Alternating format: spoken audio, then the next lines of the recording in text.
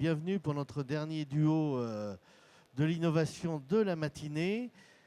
Et là, on va revenir en arrière. On était avec Robert Schuman dans les années 50-60. Là, on va aller beaucoup, beaucoup plus loin. En moins 50. En plus, un petit peu plus. Premier, deuxième siècle, parce qu'on va à Elysia. On va chez nos amis les Gaulois. Et j'ai l'honneur de recevoir Michel Rouget du Muséoparc d'Alésia et Lionel Guillaume de la société Horizon qui vont nous parler de visite augmentée. Allô? Oui, oui, c'est bon, oui, vas-y, ça marche, vas-y. c'est parfait. Bonjour, bonjour tout le monde. Alors la présentation est en anglais, mais on va parler en français. Donc un petit mot sur Horizon. Donc c'est une société qu'on a créée en 2013. Et notre premier projet, avant la création de la société, même date de 2009, puisque c'était le premier projet en réalité augmentée déjà pour la visite d'un château. Et encore aujourd'hui, la presse locale pour ce château en parle. Donc le premier message, c'est que c'est des investissements sur du long terme. Hop là. Le Muséoparc Alésia, bonjour. Donc c'est en effet le lieu de la bataille qui a vu s'affronter César et Vercingétorix en 52 avant Jésus-Christ. L'oppidum gaulois dans lequel ça s'est passé n'a pas été détruit et à partir du milieu du 1er siècle de notre ère, une ville gallo-romaine s'est créée, constituée, qui a connu son apogée au 2e et 3e siècle. Et c'est plus particulièrement sur cette ville gallo-romaine, en effet, qu'on a travaillé avec Horizon sur la valorisation des vestiges que l'on fait visiter. Donc vous voyez la photo en vue aérienne du site des vestiges. Et qu'est-ce qu'on comprend quand on voit la vue aérienne? C'est que les vestiges, il reste quand même pas grand-chose. Oui, c'est ça.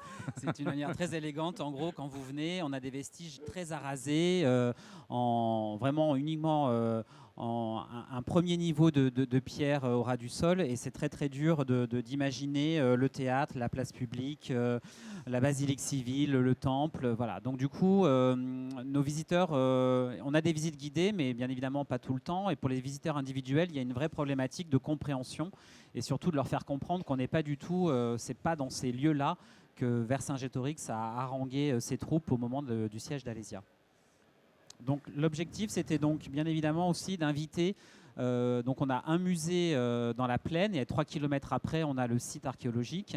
Et donc on a 50% de nos visiteurs qui ne faisaient que le musée et qui n'allaient pas sur le site archéologique. Donc l'idée aussi d'avoir un outil pour rendre de manière plus accessible la compréhension des vestiges, c'était aussi pour nous une manière d'inciter à plus de visiteurs à prendre le billet des 2 sites pour pouvoir profiter d'une expérience de visite. Et de faire un produit qui s'adresse bien évidemment aux familles, donc qui est le public cible, qui soit adapté pour les publics en situation de handicap, et avec ce challenge qui était de développer un produit qui puisse aussi attirer les jeunes adultes, les adolescents, les jeunes adultes. En effet, comme dans beaucoup de musées, on a des animations jusqu'à 12-13 ans, ça fonctionne. Après, on a les adultes, mais vous savez, on a ce trou dans la raquette des ados. Comment une famille, l'enfant qui a 14 ans, on arrive à l'intéresser à la découverte. Et nous, on avait vraiment ce gros trou dans la raquette. Et donc, du coup, on a travaillé avec Horizon. Un des objectifs du projet était aussi d'arriver à compléter ce trou et à intéresser aussi les jeunes, donc les ados, mais aussi les jeunes adultes qui pouvaient venir en groupe. Et c'est là qu'on est venu avec non pas un, mais 2 produits. Carrément. Donc, le premier produit, c'est un produit un peu classique, effectivement, qui permet de voir à quoi ressemblait le site archéologique tel qu'il était au IIe siècle après Jésus-Christ, avec cette petite innovation, malgré tout, où les vues vont évoluer au fil des saisons. Donc, c'est-à-dire que si vous allez l'hiver, vous allez voir Alésia sous la neige, et en printemps, bien évidemment, les vues vont être différentes. Et à l'automne, vous allez avoir une fête religieuse. Donc l'idée aussi, c'était d'inciter les gens à revenir sur place. Et notamment sur les publics locaux, c'était important de leur dire si vous revenez au printemps ou à l'automne, vous ne verrez pas les mêmes images, vous n'aurez pas la même expérience. Donc ça, c'était pour nous très important aussi à proposer. Et le deuxième point, celui qui, on va dire, le plus innovant, donc c'était de créer un site, un escape game sur le site, qui est vraiment l'objectif premier était vraiment d'attirer les adolescents et les jeunes adultes, comme on l'a dit, avec la contrainte, bien évidemment, de ne pas fermer le site pour le monopoliser pour l'escape game. Donc on a à la fois un double usage en même temps. C'est-à-dire que vous allez avoir sur le site archéologique des gens qui vont faire la visite, on va dire, un peu classique avec les 4 saisons d'Alésia. Et en même temps, vous allez avoir des gens qui vont circuler sur le site, qui vont avoir 90 minutes pour faire l'escape game. Et ce qui est vraiment intéressant, c'est que ça marche, on va aller le voir.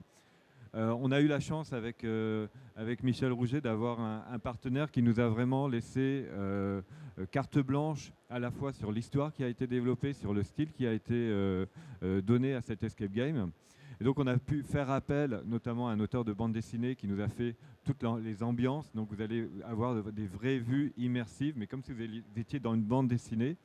Un auteur qui a entièrement constitué une histoire. On est à la limite du fantastique, mais ce fantastique, on ne l'a pas créé par hasard. On s'est vraiment appuyé sur des archéologues et des historiens pour s'appuyer sur les croyances de l'époque. Donc, et c'est vraiment ça qui est intéressant.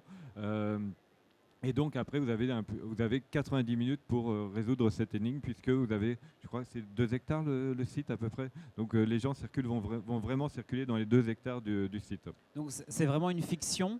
Et on a pu aller sur la fiction parce qu'on avait la première appli, les 4 saisons d'Alésia, qui était, elle, très historique. Donc moi, j'étais très tranquille à proposer une fiction et à ce qu'on s'amuse finalement et qu'on détourne les vestiges, les bâtiments. Parce qu'on utilise dans l'escape game les bâtiments modélisés de l'appli historique, qu'on transforme dans un univers complètement différent. Et moi, je voulais vraiment qu'on aille qu'on assume cette fiction-là, puisqu'on avait de toute façon la légitimité avec l'appli historique précédemment. Et alors, un point qui est quand même intéressant, c'est que la billetterie de l'escape game est supérieure à la billetterie normale. Donc ça permet de non seulement diversifier, mais aussi augmenter les revenus du musée au parc. On l'a dit, grâce aux 4 saisons notamment, de faire en sorte que les publics reviennent, les diversifier. Et un point majeur de l'ensemble de ce dispositif, c'est les revues sur les réseaux sociaux. Et on a beaucoup de retours, notamment sur TripAdvisor, sur le fait d'avoir une tablette, c'est génial, parce que sinon, ça serait difficilement compréhensible. Voilà, donc forcément, avant, on avait des photocopies A4 avec quelques infos. Donc, on n'avait pas de retour en disant c'est super, on a des photocopies A4 pour visiter le site. Maintenant qu'on a la tablette, oui, on a ce type de retour. Et donc, ça, c'est tout à fait positif en termes d'image aussi et de modernité. Je pense que dans 5 ans, un site archéologique qui a plus cette offre-là, on comprendra plus, parce que je pense que c'est tout à fait... Ça va devenir complètement commun d'avoir. On va chercher maintenant à avoir ce type de découverte. Et pour le musée au parc Alésia, on était vraiment. Là, on est vraiment rentré dans le 21e siècle, j'ai envie de dire, avec cette application. Et nos chiffres s'appuient sur une étude qui est faite auprès des publics. Vous m'entendez là? Parce que des fois, j'ai l'impression que... Oui, c'est bon. Il y a le musée au parc réalise une étude auprès des publics. Donc, ça permet vraiment d'avoir une étude statistique précise de ce que pensent les publics. Et quand on dit qu'ils veulent revenir, ils sont 60% à déclarer qu'ils veulent revenir, ce qui est quand même un score assez très important, je pense, pour un site archéologique.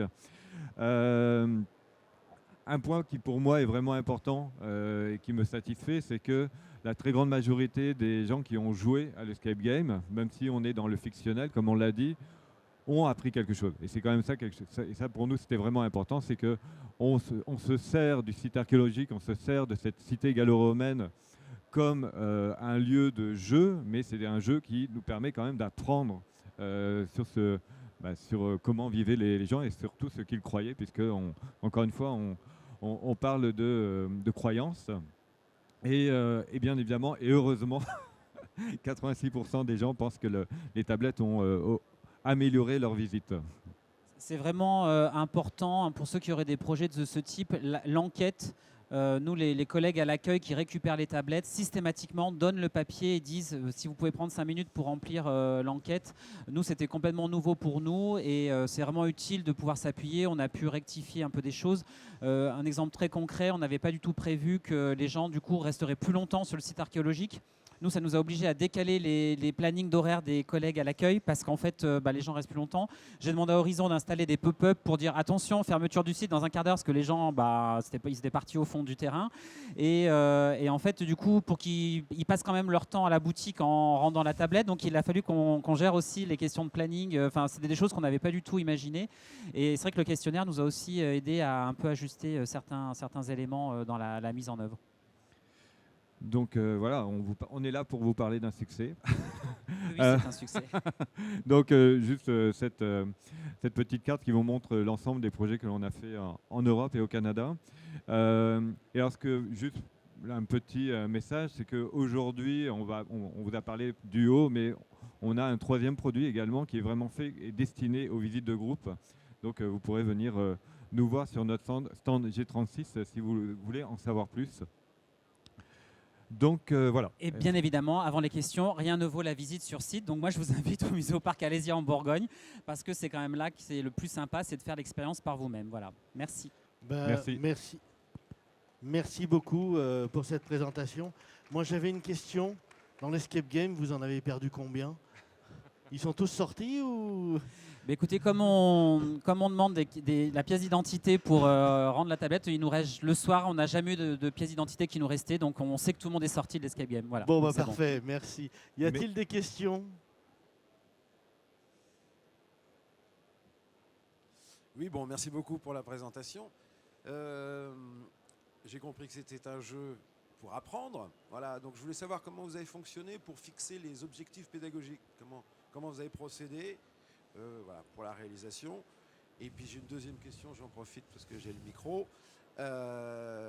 Est-ce que vous arrivez à collecter des données? Est-ce que vous collectez des données à partir de l'Escape Game, à partir du jeu, pour les traduire voilà, et les analyser derrière? Est-ce qu'il y a des tableaux de bord? Est-ce qu'il y a voilà, des learning analytics? Je sais pas. Enfin, est-ce que vous avez un dispositif derrière pour évidemment tirer des conclusions pour faire améliorer la médiation sur le site? Voilà. Alors sur le premier point, donc on s'est vraiment appuyé sur des archéologues et des historiens pour créer l'histoire. Donc c'est vraiment là-dessus qu'on... Et ça c'est un premier point. Et le deuxième point, c'est bien évidemment, on s'est aussi appuyé sur eux pour l'ensemble des reconstitutions que l'on a réalisées. Donc l'ensemble des faits qui ont été réalisés s'appuie sur des choses prouvées historiquement et archéologiquement. Sur le deuxième point, effectivement, on s'appuie sur un outil de statistique donc, qui permet d'analyser ce que font les gens.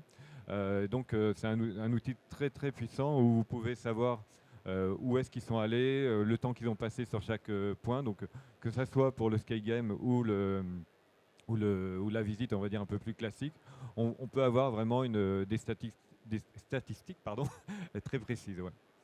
On a aussi les médiateurs culturels qui sont intervenus notamment dans la version historique, les 4 saisons. Pour chaque point d'intérêt, vous avez un jeu pour découvrir l'archéologie.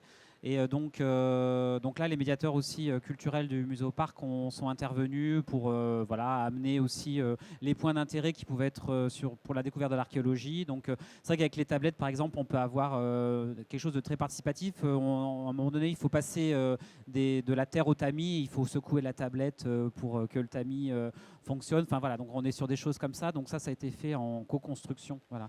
Et après, en termes de données, à la fin, vous pouvez faire votre selfie. Donc, et vous l'envoyez par mail. Donc on récupère aussi de la data avec de l'adresse mail des visiteurs. Quoi, voilà. Et juste pour compléter, par exemple, dans les visites classiques, dans les scènes, vous aurez des objets qui sont représentés. Et en fin de compte, tous ces objets sont issus des fouilles archéologiques, donc ont été modélisés. Ça permet aussi de faire le lien entre les artefacts réels et ce qu'on va voir dans les vues. Et ça, c'est vraiment quelque chose qu'on réalise aussi pour d'autres projets qui sont vraiment intéressants parce que ça permet vraiment de faire le lien entre les résultats des recherches archéologiques et ce que les gens voient et en les mettant en plus en vie dans les scènes de vie. Quoi. Ça, c'est vraiment très apprécié. Quoi. Une autre question? Bonjour, merci. Je me demandais si votre collaboration était le résultat d'une réponse à un appel d'offres ou... Oui ou- Oui, on avait lancé un appel d'offres, en effet, il y a 2 ans, 3 ans maintenant, 3 ans, oui, je crois, voilà. Et donc, du coup, c'est comme ça que on se présente devant vous aujourd'hui, c'est suite au résultat de l'appel d'offres. Sur un projet digital ou sur les deux? Alors, en fin de compte, l'appel d'offres portait sur un projet digital, mais dans notre réponse, nous avons proposé les deux. Et nous avons dit oui. D'autres? Bonjour. Je voulais savoir, vous avez parlé d'un supplément de billetterie pour l'escape game. Comment est-ce que vous l'avez fixé? Est-ce que vous avez eu des commentaires positifs ou négatifs dessus? Alors, il est à 5 euros par personne. Donc, l'application historique, elle est incluse dans le prix du billet comme un audio guide. Voilà, donc ça, il n'y a pas de problème. Pour l'escape game, c'est en plus du billet d'entrée, 5 euros par personne et on accepte jusqu'à 2 personnes. Donc, au maximum, c'est 10 euros par tablette. Voilà, c'est 2 personnes par tablette maximum. On l'a lancé l'an dernier, donc vous n'êtes pas sans savoir que l'an dernier, c'était une année un petit peu bizarre. Donc je ne peux pas dire que nos chiffres soient complètement délirants parce que c'est encore... voilà. On relance cette année, bien évidemment, en espérant que la saison soit normale. Et donc, du coup, on aura un retour un peu plus sur une saison complète pour voir l'impact. Ce qui est intéressant, c'est que l'escape game, on a une billetterie en ligne et donc on l'a mis dans les produits sur la billetterie en ligne. Donc ça, c'est plutôt pas mal. Une petite dernière? Le coût du dispositif, s'il vous plaît, quand même. Donc oui, on est très à l'aise dans le cadre donc, de cet appel d'offres. Voilà. Donc on était sur un coût à 160 000 € hors taxe qui inclut donc toute la modélisation et l'habillage de la 3D et qui inclut aussi la fourniture des tablettes, voilà, on a un parc de 50 tablettes, de leur coque, enfin voilà, et bien évidemment le développement artistique aussi de la partie escape game qui était pour nous très important, vous l'avez entendu, pour embarquer les gens dans un univers tout à fait particulier. Voilà. Allez, une petite dernière, mais c'est vraiment la dernière. Hein. C'est juste pour compléter. C'est 50 tablettes pour une fréquentation moyenne. Allez.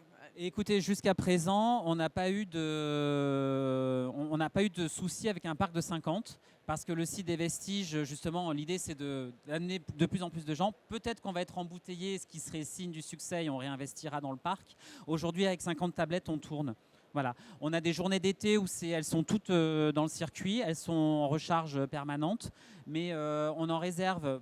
Comme on peut acheter l'escape game sur Internet, on en réserve toujours une dizaine par rapport au résa Internet. Sinon, jusqu'à présent, et la tablette 4 saisons, l'appli 4 saisons, elle est pour la famille. Donc, on peut être à 3-4, on le fait ensemble. Le but, c'est de vivre l'expérience en famille. Hein. Donc jusqu'à présent, on est parfois à toutes les tablettes parties, mais jamais de frustration. Voilà, ça tourne, voilà, ça marche. Et juste pour terminer, l'anecdote que tu disais que tu étais surpris de voir des gens qui font maintenant une centaine de kilomètres juste pour faire jouer à l'escape game. Et donc voilà, et les jeunes adultes. Donc on a touché la cible. C'est ça qui est le plus important, quoi. Ben, merci beaucoup pour toutes ces précisions. Merci. Et juste une dernière, on vous retrouve où? G36. G36. Et en Bourgogne.